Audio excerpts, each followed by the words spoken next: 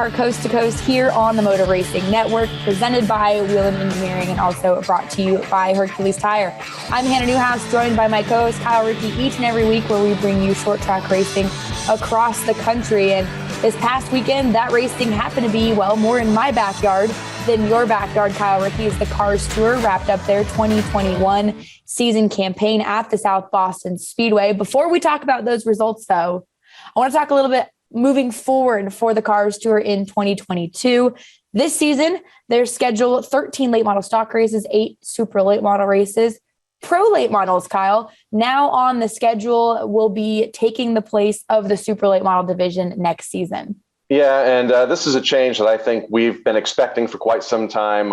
Super late model car counts have been dwindling the last 3 or 4 seasons at least for the Cars Tour. So they've taken the next step to add pro late models instead of the super late models for next year. And I'm looking forward to it. I think we see at many venues and at many big weekends down in the Southeast that the pro late models, very healthy style of race car right now.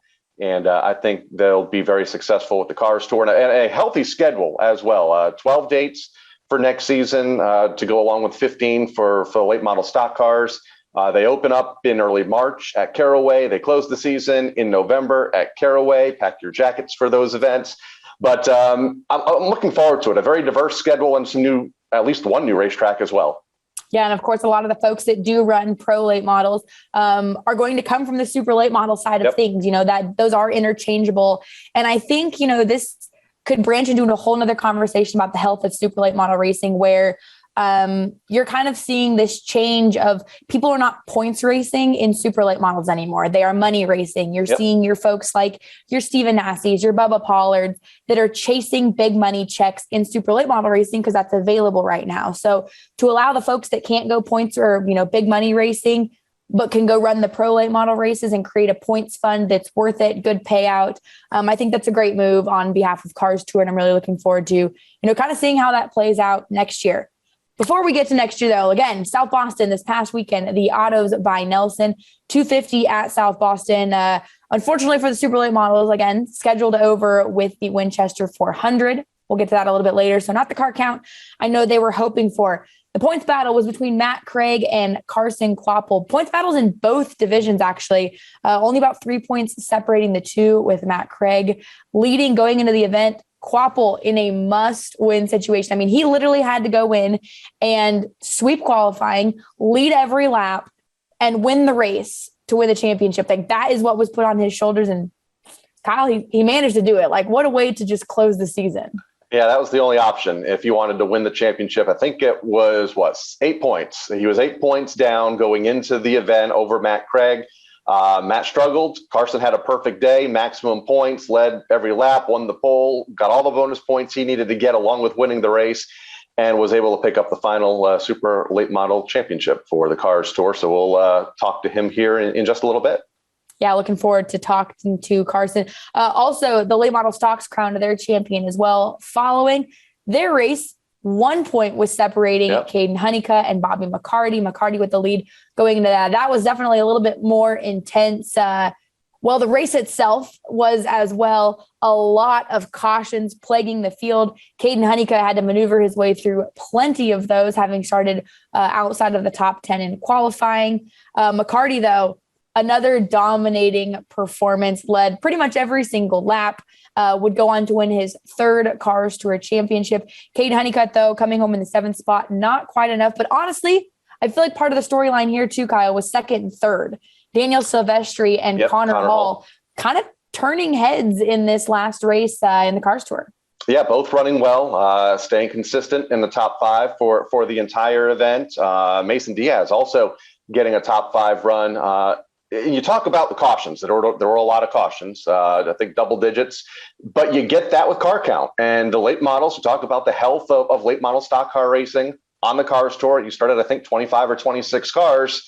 So you're going to get cautions, where the super late models, it was, I think, in single digits. And the only yellows that you got were the scheduled competition caution breaks. And I believe that there were 2 over the course of that event. So you can't have it all, right? If you want a lot of cars and you want a full racetrack, you're going to get the cautions to go with it. And boy, did we ever get the cautions at the in the late model portion of the event, the late model stock portion of the event at South Boston. Yeah, it definitely was a long evening, but a rewarding one, of course, for McCarty and Kvapil. And of course, Connor Hall announcing he will be trying to run the 2022 campaign in the late model stock division. So pretty cool for him to start his, campaign off for the top three and a pole for Connor Hall. Again, we're going to talk to Carson Kvapil a little bit later, but first we've got your iRacing update presented by Logitech G. Keegan Leahy outlasted the championship four at Virtual Texas Motor Speedway on October 12th, clinching his first NASCAR Coca-Cola iRacing Series championship in a thrilling close to the 2021 season. The total purse money, more than $300,000 in play for the season. Leahy took home the championship share of $100,000 by taking the checkered flag, and the championship was his first title for 23XI Racing and concluded its first season in the series. 23XI also clinched the team championship.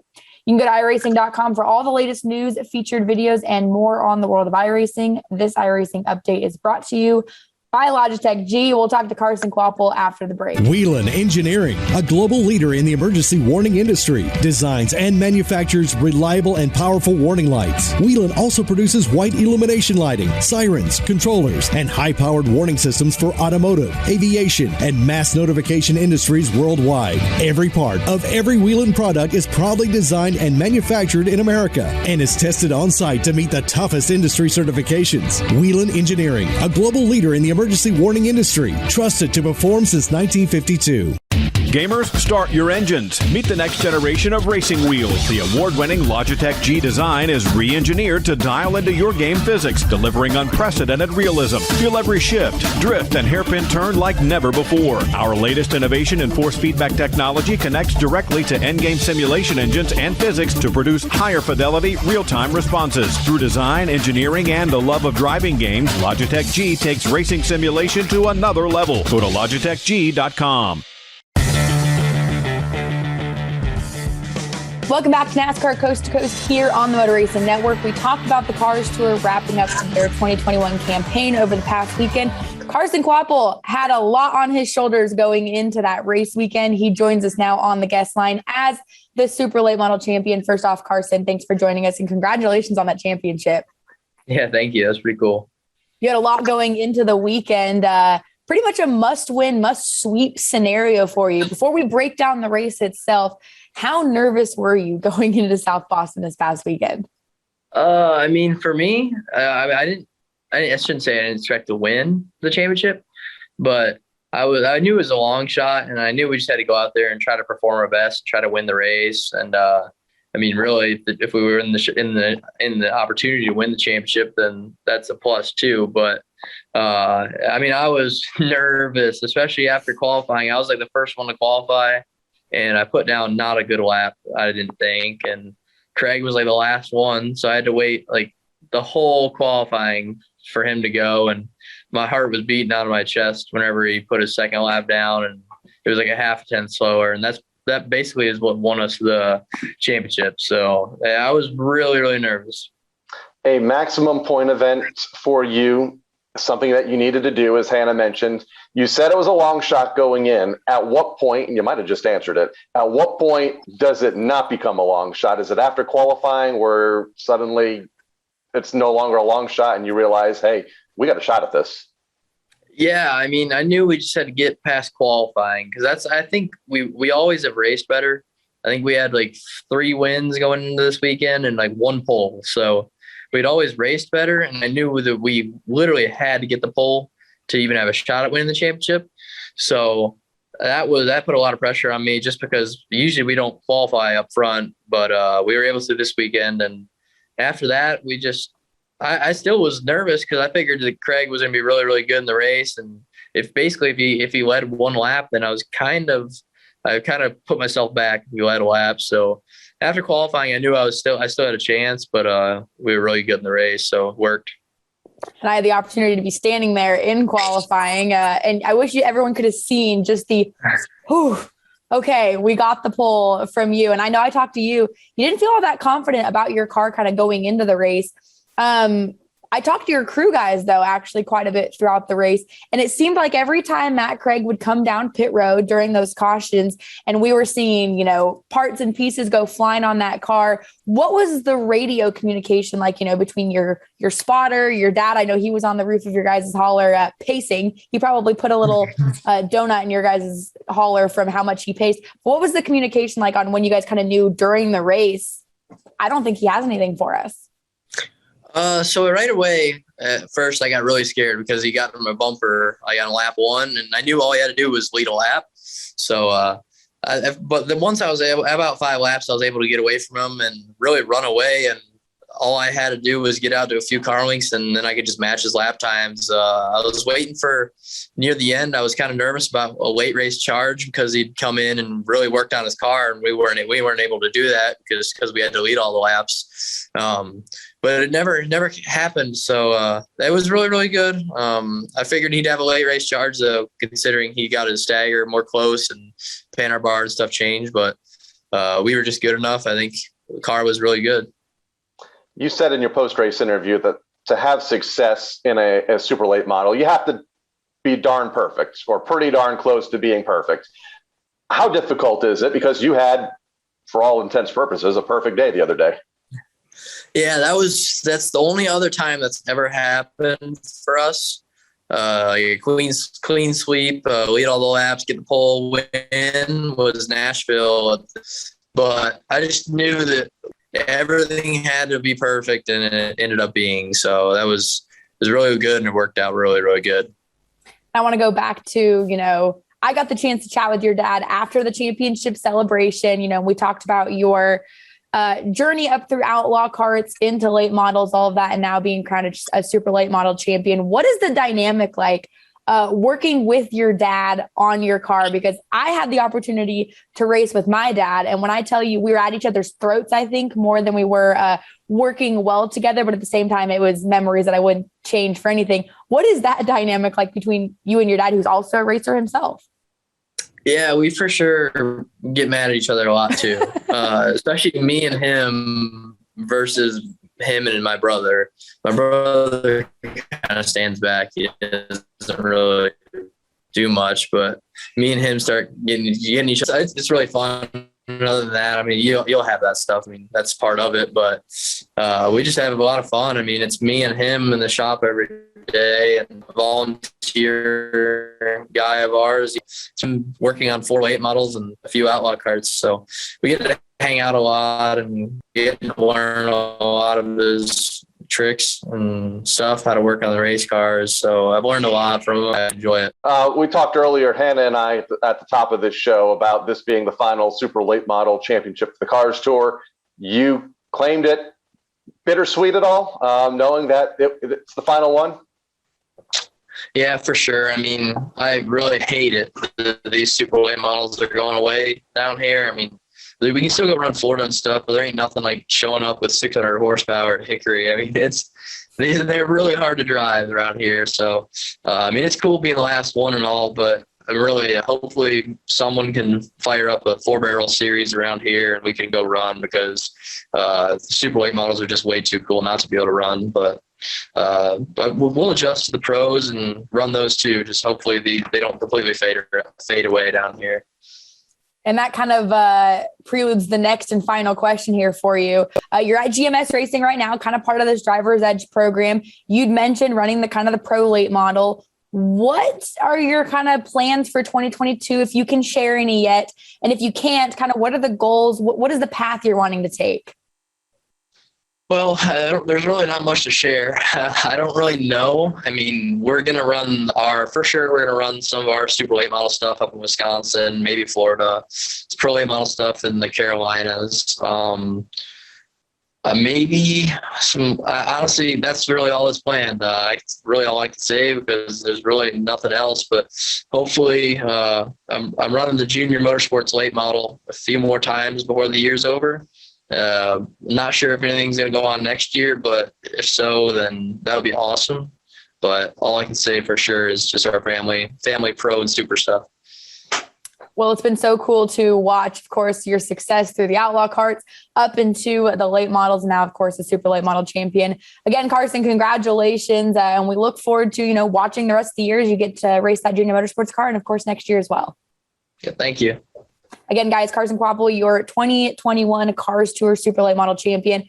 We're going to take a quick break. When we come back, we've got your Whelen Engineering Driver Spotlight. Whelen Engineering, a global leader in the emergency warning industry, designs and manufactures reliable and powerful warning lights. Whelen also produces white illumination lighting, sirens, controllers, and high-powered warning systems for automotive, aviation, and mass notification industries worldwide. Every part of every Whelen product is proudly designed and manufactured in America and is tested on-site to meet the toughest industry certifications. Whelen Engineering, a global leader in the emergency warning industry, trusted to perform since 1952. Sir, are you aware you were going 40 miles an hour? This is a residential area. Sure, but I'm on my lawnmower? Wait, am I getting a ticket? No, I've just never seen anyone top 9 miles an hour on one of those bad boys. And mow their entire lawn in 30 seconds? What got into you? Well, it did fuel up at Sunoco this morning. At Sunoco, we know how to fuel peak performance. We've been doing it for American racing for over 50 years. Fuel your best. Get back to NASCAR roots by driving headfirst into the new home of grassroots racing. Flow Racing keeps the original NASCAR tradition of dirt track racing roaring with more than 1,300 live and on-demand oval events from across the U.S. Learn how the next generation of NASCAR drivers is prospected in sprint car racing. Subscribe today by going to flowracing.com/GoMRN. That's FLORacing.com/GoMRN. Time now for this week's Whelen Engineering NASCAR Modified Driver Spotlight, and a driver that has grown into the SK Modifieds for the 2021 season. In fact, his 2021 rookie season in the SK is wrapping up and no doubt has seen its highs and lows. 18-year-old Jonathan Puleo joining us here on the guest line. John, welcome to the show. And I guess we'll begin with the highs and lows of your rookie season in the SK Modified, because you had all the optimism in the world at the start of the season and quickly found yourself in the hospital on opening weekend. That had to be a tough way to start the year. Yeah, it's just not your ideal way to start the year, I guess. We came into this year, the new car, new division at Stafford, and just got caught up in a wreck early on. I fractured a bone in my spine start the year, so I had to sit out for I think 4 or 5 weeks. Then I was able to come back, had a pretty good run, and then got right back into another wreck again. So there was a lot of bumps in the road to start, but as the year went on, we started to clean it up a little bit and get going with our season. We had some good runs, learned a lot, and just tough racing at Stafford, and we got to explore at Waterford and Thompson as well, which was a lot of fun to start the year. And you picked up a win recently, which we'll talk about in a moment. But you are a second-generation driver. Ed Puleo, your dad. What got you involved in motorsports? Let's go back to the beginning. Obviously, you grew up in it. At what point did you become interested in it and interested enough in it that you would want to pursue this? So my dad got into it because my grandfather, they goes way back with them. But then when I was around 2 or 3, my dad took me to on-track karting in Wallingford, and I wasn't quite old enough to drive anything, but he used to take me there and let me watch. And I'd be like, what's this guy doing? I want to go out there and try that. And I want to beat this guy. And, I always just had an interest in it, and I was around 4 or 5, just when I was old enough to get into racing. And I had an interest in some other sports like hockey and stuff. And my dad was like, listen, you got to pick one. And I was like, well, that's a no-brainer. Obviously I'm going to get into a race car. So when I was 5, he bought my first go-kart and just instantly loved it. It's just one of those things that once you get into it, it's in your blood, so you can't really get it out. And ever since then, just been me and my dad racing together, and just it's what we do. It's what we live for.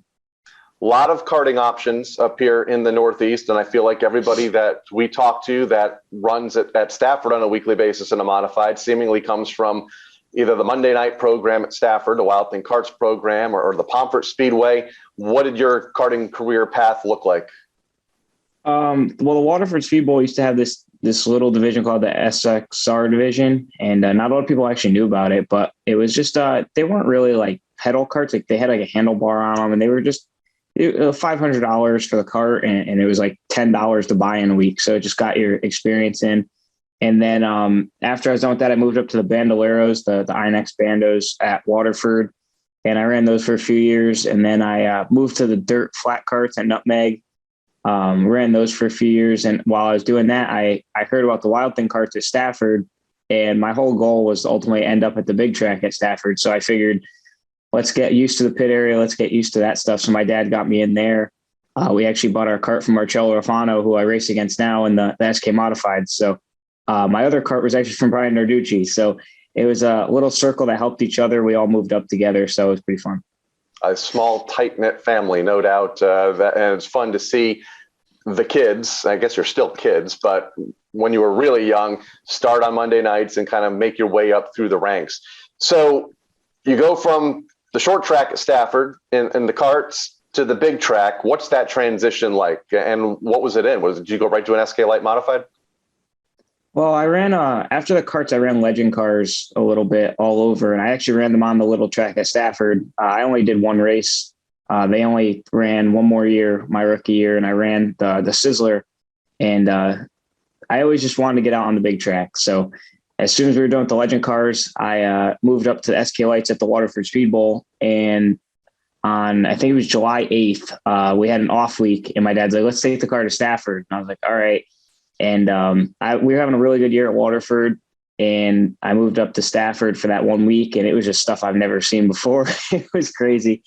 So yeah, my first experience at the big track was with an SK Light, and I think we ended up finishing 6th that night, and we had a really good car, and just no place like Stafford. Waterford, a tight third of a mile. Stafford, a little more room to leg it out, being a half mile, and you get a little more straightaway there. How long did it take you to adapt from Waterford, the tightness of Waterford, to what you have at Stafford? I wouldn't say the transition took me that long. I mean, we ran, I think I finished third in my second race at Stafford, but 2019 was my first full year. We went winless after coming off a 7-win year and a championship season at Waterford. It was kind of a heartbreaker, but going into it, we knew what it was like to go to Stafford, and it's just a lot different. The competition is so tight. There's so many cars, so many different cars that can win. I mean, you have 20 cars with 15 of them that can win every week. So it was tough, but the transition wasn't that long, but it took me quite a while to get my first win. But when it did happen, that was probably the best moment ever. I was going to ask you, what's that emotion like? First win at Stafford Motor Speedway, a track that for the most part you grew up at, although you grew up at Waterford as well. Yeah, it was cool. A little bit different for me. It happened on my birthday, so it was pretty awesome. It was my first, a lot of firsts on that race. It was my first race back with my car owner, Vinny Beetle, with our new car. It was our first race with that car, first race with the scheme, first race of 2020 is on my birthday. So no better way to get your 17th birthday gift than to find yourself in Napa Victory Lane. 3 total wins in the SK Light Modified before deciding, hey, let's move up. What's that decision like to move up to the top division at not only Stafford Speedway, but at most of the short tracks, especially here in Connecticut? Yeah, a lot went into it. During 2020, I was also running an SK at Waterford. I think I raced 5 to 7 shows there part-time with our other car. And we were just dabbling our feet in the SKs, to prepare to move to Stafford. And we had a really good 2020 season. We weren't in contention for the championship because had a lot of DNFs that year, but we had a lot of good runs. And, to move up to the SKs at Stafford, it's kind of like a once in a lifetime kind of thing. So when you have the backing from your car owner, like I do, the support I have from my team, and you have the people behind you, like I have, you have to take it. A lot of people move up to the SKs and it's really hard. Going from the lights to the SKs, it's a big competition transition, more laps. You have a pit crew, you could pit. A lot of stuff goes into it. So my car owner was great. He stood behind me, gave me what I needed. And he just said, listen, if you want to do it, we'll do it. And went from there. And you hit on something there, and I forget who I talked to recently, but it was an SK Light Modified driver moving up to the SK Modifieds, and they said one of their biggest fears was learning how to pit. It's something that you don't do in most any other division at Stafford. I mean, when you're out of the race and you break, you're out of the race. You pull into the infield and you sit there until the feature is over, until you get a tow or are able to drive the car back to the pits. How much of a learning curve is that, just learning to get on and off the pit road and finding your crews on the pit lane? It's something else you add on, to the experience. Luckily for me, I didn't find myself on pit road much this year. We had a pretty good car most of the time. But one thing I did find that was really different was there was one night, I think it was the night I actually came back from my injury. I was running mid-pack and I got into it with somebody and ended up spinning out, and the caution came out, and my crew was like, "Oh, just bring it down the pit lane. Let's check the car." And as a driver, that's something that is big, because in the SK Lights, there was times where I've gotten dinged up and I'm thinking in my head, it's like, is the car okay? Like, I'm just going to keep going because I don't want to quit. But just knowing you can come down pit road and do that double check is the main thing for me that I like about the pitting in the SK Modifieds. We covered some of the highs and lows. Obviously, a tough crash to begin the season with the injury. But you ended it on a pretty high note just a couple of weeks ago at Thompson, claiming that checkered flag. How big was that at the Thompson 5 Ace Mile Oval here in Connecticut? That was unreal. Just to win the World Series, mainly, that's in my book, that's the coolest race. And I just remember I only ran one World Series my whole life in the SK Lights in 2019. And every year I would go and I just watch the SKs, and I'd watch Keith mainly. Was always the guy to watch. And the fact that I got to race with him one-on-one for the lead was awesome. It was kind of like a dream come true. You watch something your whole life and, you get that chance to do it, against him, Todd and Ronnie. It was tough, it was fun. It was a lot of fun. And just with that red flag, we had a red flag at halfway for rain, and you sit there in pit lane and you just look at the talent that's behind you. You look at the equipment that's behind you, and it's like, oh boy, what do I do now? So it was awesome. I just such a cool moment for me and all my guys. They stood behind me all year. So it was a great way to end the year. Keith, you're talking about, of course, Keith Rocco. You mentioned Todd Owen, and Ronnie and Ronnie Williams, a stacked field on that day. And every time the SK Modifieds go green here in the state of Connecticut, whether it be at Thompson, Stafford, or Waterford. Are we at the off season now for you? Is there anything left on the schedule? I know you wrapped up at Waterford last night, an event that was shortened. I assume they're going to restart that event. But other than that, is there anything left? I don't think so. As far as that goes, we had Waterford last night. I'm not sure if they're going to reschedule that. They haven't announced anything yet. Just kind of standing by, waiting for that news, whether they're going to call that or if we're going to go back green at some point. But as of right now, that's it. Just going to get back in the shop, prepare for the off season, probably go do some indoor go-karting with a bunch of the guys from Stafford, try to stay sharp and get ready for next year. That was my final question for you, is what's the hopes for 2022? We're planning on coming back next year in our sophomore season, the SKs at Stafford, and not really sure other than that. Probably a little bit of Thompson and Waterford and the SKs as well. But our main focus is Stafford. Just really want to, run up front, be competitive at Stafford, and run with those guys, which is hard to do, but I think it's in reach. So we'll see what happens and do our best to prepare for it. Enjoy the off season, enjoy the karting, and we look forward to seeing you back on track in 2022. Thank you. Jonathan Puleo joining us here on this week's edition of NASCAR Coast to Coast and our Whelen Engineering Modified Driver Spotlight. Gamers, start your engines. Meet the next generation of racing wheels. The award-winning Logitech G design is re-engineered to dial into your game physics, delivering unprecedented realism. Feel every shift, drift, and hairpin turn like never before. Our latest innovation in force feedback technology connects directly to endgame simulation engines and physics to produce higher fidelity, real-time responses. Through design, engineering, and the love of driving games, Logitech G takes racing simulation to another level. Go to logitechg.com. Whelen Engineering, a global leader in the emergency warning industry, designs and manufactures reliable and powerful warning lights. Whelen also produces white illumination lighting, sirens, controllers, and high-powered warning systems for automotive, aviation, and mass notification industries worldwide. Every part of every Whelen product is proudly designed and manufactured in America and is tested on-site to meet the toughest industry certifications. Whelen Engineering, a global leader in the emergency warning industry, trusted to perform since 1952.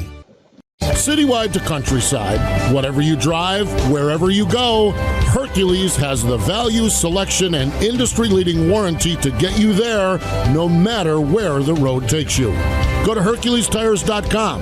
There you can find the nearest authorized Hercules retail location to you. Plus, you can use the tire tracker to find out which Hercules tire fits your vehicle the best. That's HerculesTires.com. Hercules Tires, ride on our strength.